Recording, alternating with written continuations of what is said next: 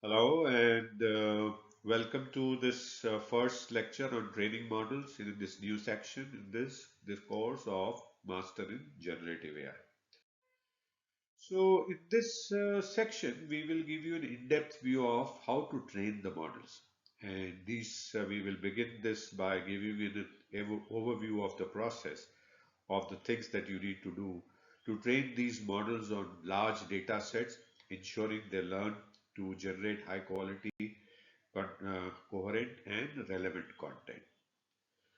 So, how do you think you can go about training these models? After having created and developed these new generative models, how would you go about training these models on large data sets and ensure that they learn to generate high quality, coherent and relevant content? Any thoughts? See, training models on large data sets to do these three things, to generate high quality content that is coherent and relevant, involves several key things, key steps that you need to do. And at a high level overview of this process, let's take a look at what you need to do. So first you need to do is the data collection and preparation, the data that you will use to train the model. Then obviously you would have looked at already the model selection, and so that's a process because you have collected data, you need to have the model, and then you get on to training the model.